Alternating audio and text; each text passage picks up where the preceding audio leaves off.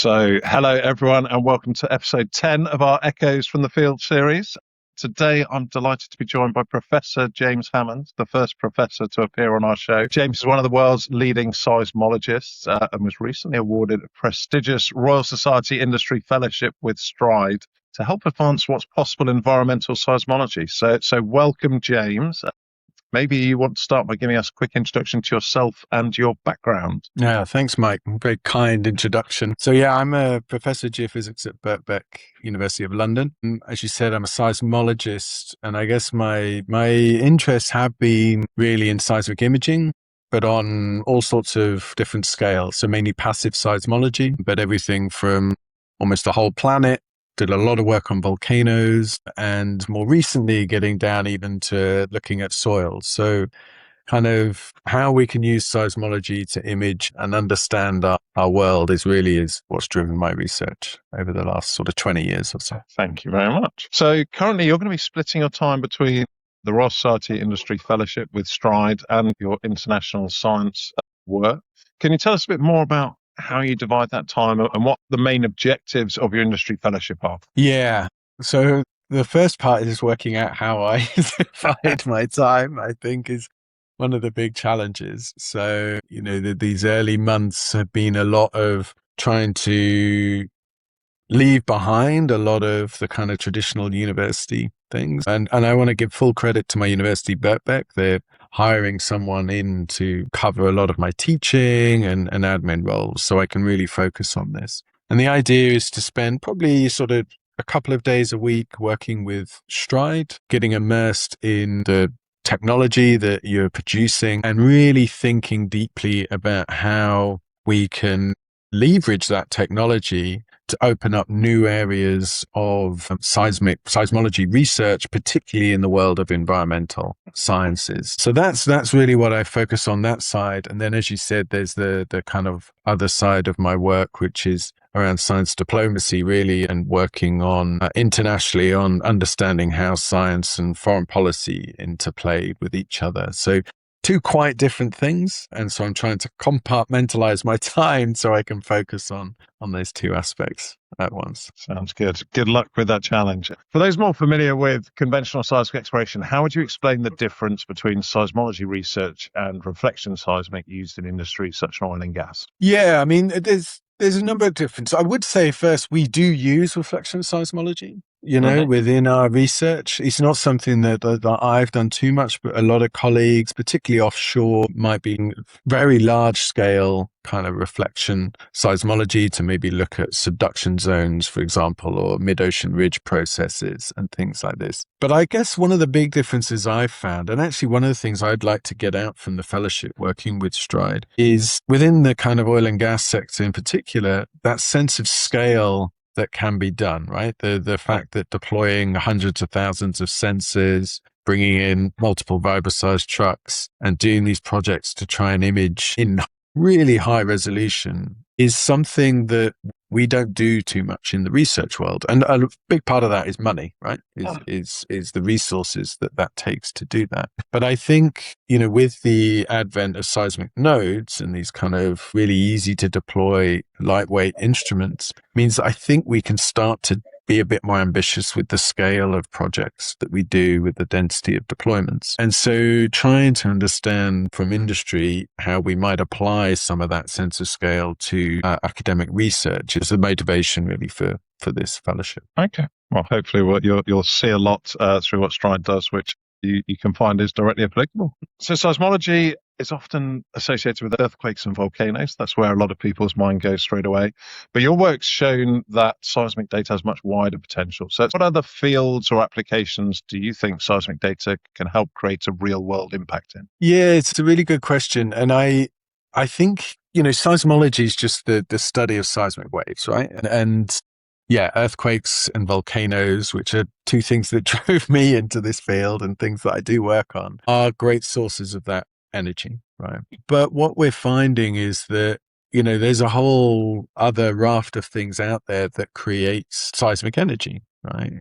And I know this is being used in industry a lot more now as well, the idea of using the passive the ambient noise field, for example, for imaging, right? So that's now being done quite regularly in geotechnical and other aspects. We use that as well to imaging. And that's really revolutionized because you don't need a source anymore, right? You can just go somewhere and do that imaging. But there's all sorts of other things, right? The urban environment generates noise all of the time, and understanding that, or that source can tell us about things that are happening in our urban environment, can be used to study the structural integrity of buildings or these kind of things. I've just come back from Greenland, right? Working with a project with University of Sheffield and Aberystwyth and Bristol and Grenoble, where we're trying to measure the amount of water that's flowing in the rivers that are coming off the ice sheet, right? Which is a really important constraint for how much fresh water is flowing into the Atlantic Ocean. So you can use that because of the turbulent flow in the river is generating seismic energy. So there's all these kind of different ways we can interrogate the data. And again, this idea of having these denser networks allows us to pull out that signal, look at higher frequency data than we've kind of been able to do before. And is that the benefit of going denser in seismology?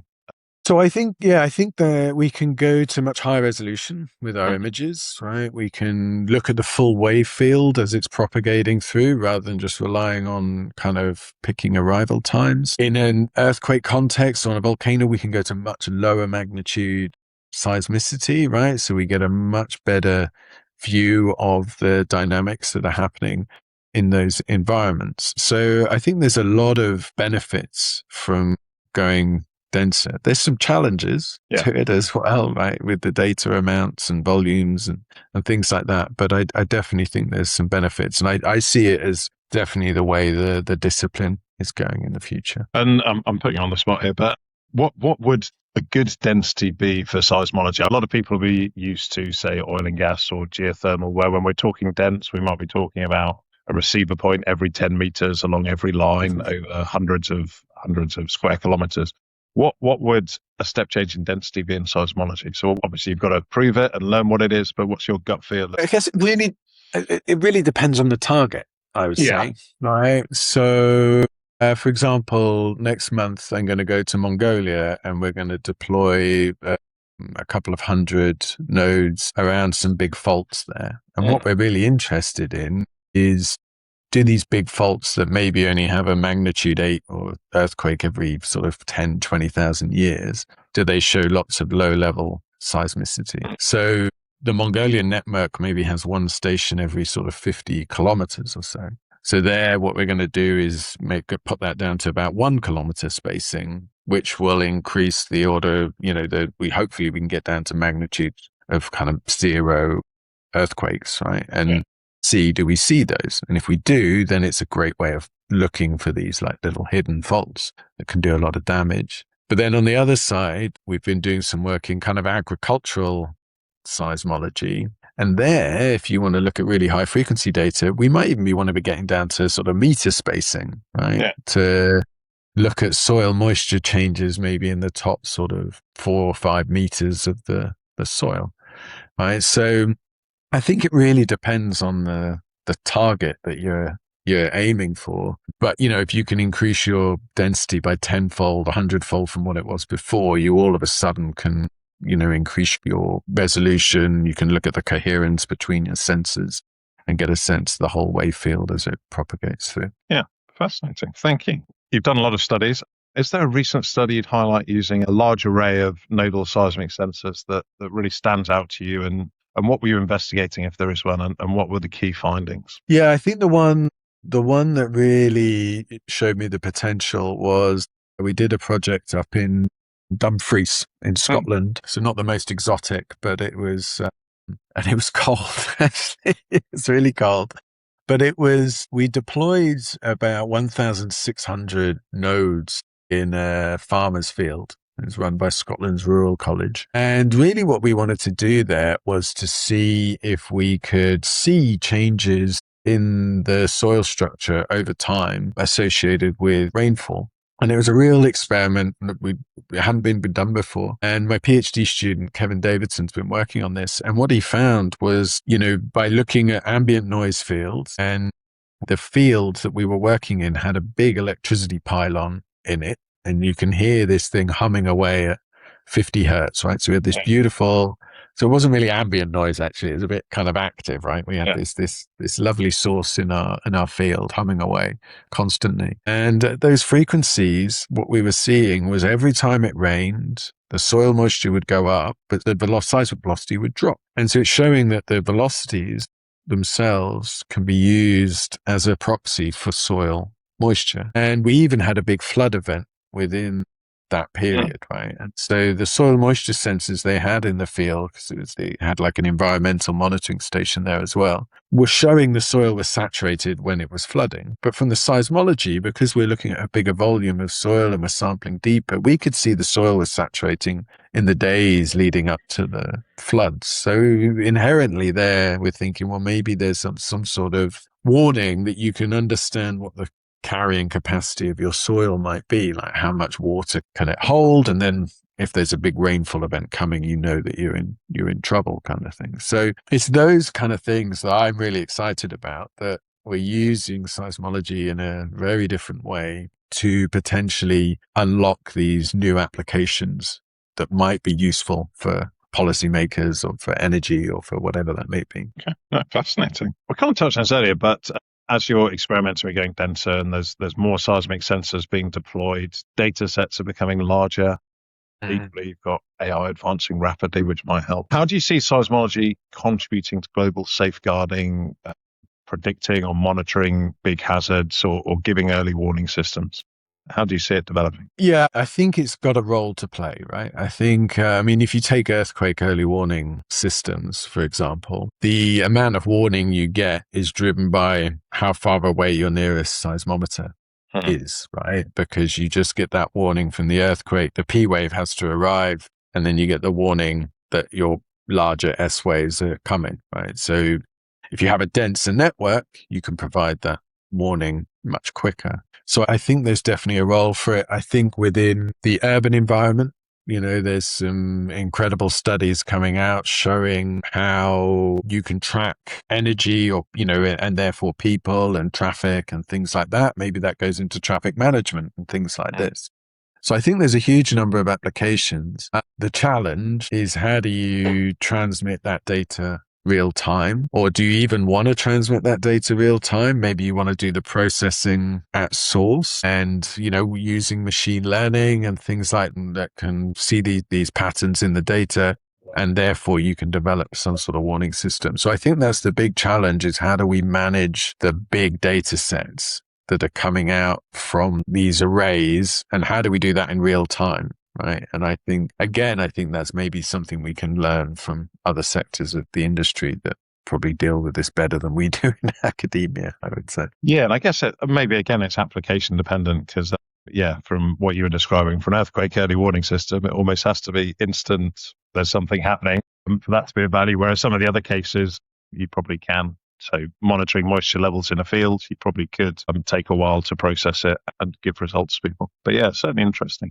I guess the other question would be, so the data sets are large for seismology. If you compare them to conventional oil and gas data sets, I'd argue they're maybe not large. So there's probably some cross-learning or cross-sharing of resources which can help as well. But I'm fascinated to see how it develops through your fellowship. Large end seismic arrays are becoming more accessible. And you've used Stryde nodes in your own research. How do you think that technology, or the Stryde technology, can help change the scale, quality, or ambition even of seismology studies? Yeah, that's a good question. It's something that's really driven us. So for the last sort of few years, I've been really pushing that as the UK, we need to have access to large end seismology. And we got a NERC, so NERC, this is the UK kind of environmental funding body. They gave us a capital grant to buy some nodes. So we bought Stryde nodes, we bought some other nodes, smart soil nodes as well. And the idea there was, as a community, we now have a resource that we can tap into, right? So we were trying to get away from every individual university owning their own systems. Maybe not great for Stryde's business model, but useful for us. And that we could collate that so that we could move away from, even with nodes, deploying 100, 200 or a few hundred nodes to actually the point where we can start to really consider deploying thousands of nodes in any one area. And that's motivated people to thinking like, so groups led by Andrew Curtis up in Edinburgh who really now started to think about the UK array, right? How do we instrument the whole of the UK, really relatively high density, like kilometer spacing or so that we can have better images of the UK, or we can target that on areas of specific interest, maybe Cornwall for geothermal energy, for example, or Aberdeen or somewhere like that.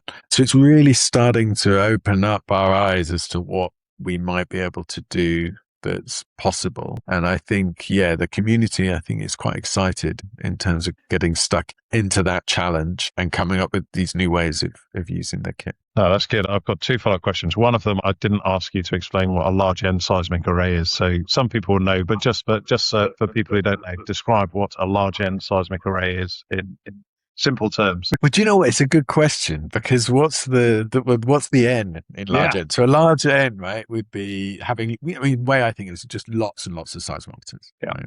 But for traditionally, like when I was doing, with traditional deployments, we were doing, as part of my PhD and postdoc, would be maybe a large number of seismometers, might be 40, right, broadband seismometers. Now, we wouldn't call that large N, but, within the academic community, we might think of a few hundred as being large N. But actually, what I think of it is you should be getting up to a few thousand nodes is really where you can start to see the benefits of that density over a big spatial scale. So that's the way I see it, is a few thousand of seismometers. I think that model of having that central pool is probably pretty transformational if you're doing research, because I like to think Stryde are quite quick to work with, but if for an individual project you've got to secure funding to rent some equipment, get a contract in place, you're talking weeks or months of work before you can actually start. Whereas if you've got an internal pool, you can go, this key event's about to happen, we want to go monitor it. Hopefully you can mobilize straight away. So probably quite transformational to move to having that ownership, I imagine, but wanted to check. Yeah, no, exactly. And this isn't like the first time. So back in the 90s, so before I really was involved in seismology, the UK community did this with broadband seismology. So they got together and created SeisUK, which is based at the University of Leicester. And there they have access to a few hundred broadband seismometers. And again, it allowed us as a community to think of bigger projects, to do arrays of data rather than just a few single stations, which is kind of what was happening before. And that really revolutionized things. The idea of array-based seismology was kind of really cutting edge back then. And so I think that's what we're trying to do again now, is to recreate that kind of experiment, but with even bigger arrays and these large N arrays, so that we can have that sense of scale that you can't get from just one deployment. And then going back to your urgency question, yeah, exactly. Again, SeisUK would provide broadband seismometers for urgent deployments where volcanoes are erupting or an earthquake's happened and you want to look at the aftershocks. I think we should be doing that now with nodes, right? So if you're going to look at aftershocks, sure, stick out 10 broadband seismometers, but why not put out 200, 300 nodes at the same time as well, right? It's just as easy. And I think that, is the way things will move in the future. Yeah. Okay, thank you. Now, this next question is fun for me, because it'll be the first time I've asked it on a podcast. By the time we publish this interview or podcast, the world will know all about our new product range, Halo. Now, you don't know everything about it, but we shared a few insights. From your perspective, what makes that new innovation, the Halo product range, so exciting? What's possible with Halo that isn't possible today? Yeah, no, I'm very curious to see the new Halo and get my hands on them as well. One of the things I'm really excited about is, I think, is going to have a broader instrument response, right? So we can record it across a wider range of frequencies, and particularly at the low frequency end. So a lot of the work we do more on regional scales, or recording teleseismic earthquakes, or even recording local seismicity, we kind of push below the 1 hertz frequency range. So working at that lower end, I think, will be really, for the academic community, I think they will embrace that quite a lot. So that's one thing I'm really excited to try those out and have a play with the nodes. And obviously, we're all curious if it's still going to be orange or not. Well, as you'll see, that there'll be orange options. There'll be other options as well. So, yeah. Okay, cool. Just as an aside, how low would the ideal? Well, I guess you use broadband seismometers, but how low would you like to see the Stryde node record for your field? What would be a good low frequency range? That's a good question. I mean, I'll always want to go lower. As low as you can. Yeah. I think practically, what we find is, if you can get down to 5, even 10 seconds, I think that would be really useful for some of the kind of seismicity studies. Maybe you could even pull out some of the nice teleseismic signals. And so if that was possible, that would be great. I think to try and go low is going to be really hard with any of the, and then retain the small size and everything that Stryde has going for it, right? Because I think that's one of the things I really like about Stryde is that it seems practical to deploy 10,000 Stryde nodes as part of a project, right? You could actually feasibly do that, and there's not many other bits of kit could do that. Okay.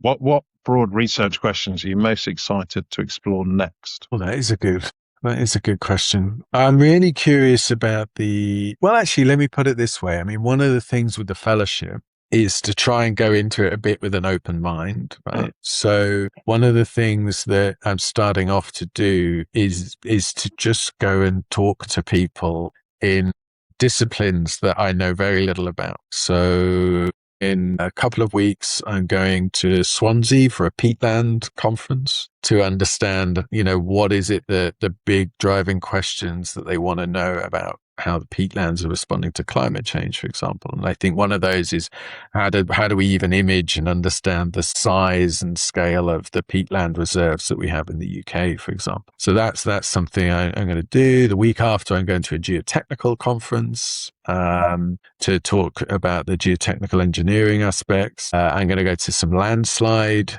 meetings because I think, landslide precursors, it's all linked to water. So if we can measure the soil moisture and things, that would be something that's quite interesting. The looking at the ice sheets in Greenland and the melting, working with the project that I described earlier. So I think I'm really going into this actually with an open mind, just to try and understand from other disciplines where seismology might be able to help. And where can we make those bigger impacts by having access to the new technology? So I'll come back in a year and maybe I can answer that question a bit better. Yeah, and even if you don't end up studying what you've just mentioned, there's some interesting areas there. Peatlands is an obvious one to me, and we did an early project looking at can you image the peatland and the health of it, and it turned out, well, it looked like you could, but it was small scale. But then we hit, and I'm sure you get this, we hit the kind of, so it makes sense to do this at scale, but who's going to fund it? And that's where we got stuck. So there's, I guess in each of these, there's a mix of what would you like to know, but also who's willing to fund it. And Stryde are always happy to contribute. But yeah, who's going to pay to monitor the peatlands over a period and help? They're questions you'll need to consider as well, on top of the scientific aspects, I guess. We've spoken about this already, actually. So you helped create the Lens UK facility, which includes 2,000 Stryde nodes as well as some smart solar nodes you mentioned. Why is that access to modern instrumentation been such a barrier in earth science until now? And beyond what you've touched on already, how does a shared facility help solve that challenge? I mean, a lot of it comes down to funding, right? It's a pretty competitive world out there in the world of research funding. So coming up with the right reasons as to why we need this investment in the kit, I think is the challenge. So I'm really excited. And actually the diversity of applications that nodes could potentially allow us to do was a big selling point for that grant. So I think that's been always a major challenge within this community. So I'm really excited we got it funded. It's crossing a number of universities across the UK, right? So there's always also a challenge just getting everyone, to agree. But actually that wasn't too hard in this case. It seemed a bit of a no-brainer. And then the idea is over the next 3 years or so, we're testing out the equipment, right? What is the right equipment for the right applications? So the nodes have gone to St. Vincent in the Caribbean. We've taken them to Greenland. We're taking them to Mongolia. They've been doing a lot of projects in the UK, looking at geothermal, amongst other soil critical zone side of things, right? So we're using the 3 years to test that out. We're using the 3 years to understand how we deal with the data issue, right? And as you said, it's, we're talking terabytes of data, which for us is a lot, but for industry is probably not that much. For the astronomy community, who we work with on other things, they deal in petabytes of data, right? So it's a solvable problem, but we have to work out what it is we need to do that. And then the other thing we're really keen is to try and understand how we make the use of the seismic equipment useful for those who maybe aren't seismologists, right? So if you are approaching it from a geotechnical or an environmental application and you want a velocity model or you want your seismicity catalog, or something like this, well, can we create a workflow that allows you to use the instrumentation and through machine learning or whatever it may be, you can get out a rather basic, you may be able to do better if you get stuck into the details, but you get out what you need that then makes it useful for communities away from geophysics. And I think if we can do that, that's where the real success and the longevity will come in, and where funding agencies will see why this is a useful body to put resource in and to maintain going forward.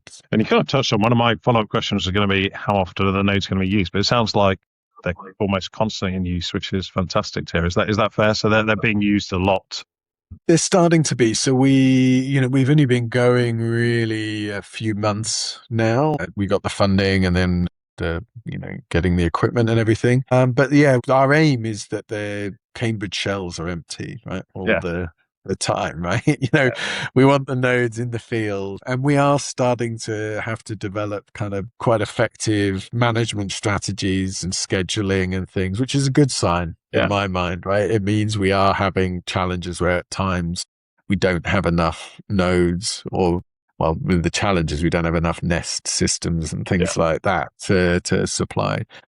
And that is a bit of a block actually for the facility, because we might have 2,000 nodes that 20 projects would like 100 of them, but that's hard to supply when with all the peripherals that go with it. But that's something we'll resolve over time, I'm sure. Yeah, and if there or any other areas, there's areas you see we can help, let us know. If I was a researcher listening to this going, I want to access those nodes, how do I get my hands on them? How would someone? So there's a Lens UK website that you can go to and have a look at those. The aim is that it will become a resource that people can apply into, and that's what we want to get to. Look, just like Seis UK runs now, you write a proposal and you can get that with no charge. At the moment, I would say look through the Lens UK website. You can contact us through that, or you can contact me or one of the other PIs, co-Is on the project. And then what we did, for example, the Greenland project, they did that and we've collaborated with them, and I went out to Greenland to help deploy those nodes. So that wasn't a group that was involved in the project.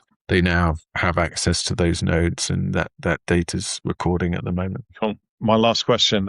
A time when fewer people are entering geoscience, how can we inspire the next generation of earth scientists, especially when you've got lots of evolutions? You've got things like AI, which may help. You've got climate changes happening. You've got an energy transition. You've got, it seems to me, it might be wrong, that there's more and more natural hazards happening. So how can we inspire people to enter geoscience? That's a really good question. Really good question, an important one. So we've been thinking about this quite a lot actually recently. So I'm the geophysics secretary at the Royal Astronomical Society, and we're just about to hire a geophysics kind of policy and outreach officer. So if anyone's interested in that, do get in touch with me. And the aim there is the British Geophysical Association did a survey. They went out to school leavers, university students, teachers, parents, academics, and we're trying to understand why people did or more likely didn't choose geophysics to study as a degree. And by far the largest reason was that they'd never heard of it. Yeah. They didn't know what it was. right, at school when picking what degree to do or what A levels to do, right, to get your degree. And to me, that seems like a solvable problem, right? That seems like something we should be able to do. We might need help from schools. We might need help from government in terms of changing the curriculum, whatever that might be. But that seems to me like something we can address so that kids, when they're thinking about earthquakes or volcanoes or hazards or energy or anything to do with the subsurface or the planet, they're thinking actually, geophysics is where I need to be if I want to be working in that field, right? So we're going to hire someone through the Royal Astronomical Society to come up with a strategy for that and to try and implement that. And then if students get to choosing their degree, they do know what geophysics is, and they still don't choose it, well, then at least we've ruled that out, right? And so I'm hoping that will make an impact over the next sort of 2 or 3 years. So yeah, we're just about to hire that person. I think the advert will go out soon. So if anyone is interested, then do get in touch. Just something a couple of our team have done with young kids. They've gone into their school with a handful of Stryde nodes and just run a live experiment to explain what geophysics is, but also let people get hands-on. And from what I hear, it's worked well.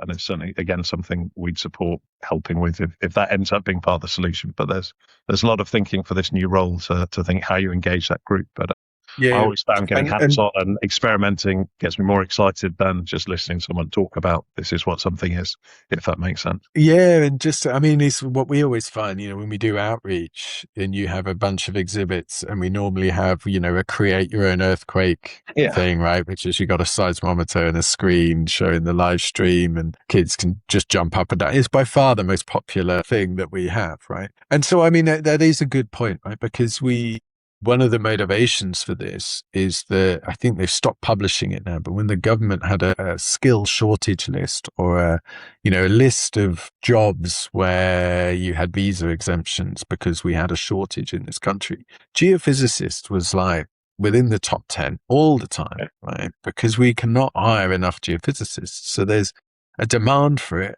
We have academics who want to teach it, but for some reason we can't, get the people, and it's well-paid jobs, right, as well at the end of it. And so I guess, I'd use this platform, a little of appeal to industry again. If you're interested in supporting those activities and those roles, then I think through someone like the Royal Astronomical Society or through the Geological Society, I think we can construct something in that space to try and provide a better pipeline of British graduates into that sector. It's very important. Well, thank you very much, James. We've covered a lot. Is there anything else you wanted to cover which we didn't touch on today? No, I don't think so. I think we covered a lot, and I'm just super excited to get started and settle down into my routine of working a bit closer with Stryde and having time. This is the other thing that's really great about the fellowship is having a bit of time to think deeply about the topic. I'm really excited to get started on that. Yes, I guess it's a bit like, but more permanent, when you first start a PhD or you first start a new job and you've got that window where you have time to think, and then quite rapidly that vanishes because you've suddenly got loads to do. But you've got that for an extended period, which should be fantastic. We're certainly very excited to have you with us. So let's make sure we make the most of it. So, and thank you for coming to join Stryde. So thank you for today. It's been a pleasure. And thank you for everyone listening. James has a lot of interesting projects and research coming up, some of which we've spoken about, some of which we haven't. So follow James and follow Stryde on LinkedIn and on our website, and you'll learn a lot more as time passes. So thank you very much. Thanks, Mike.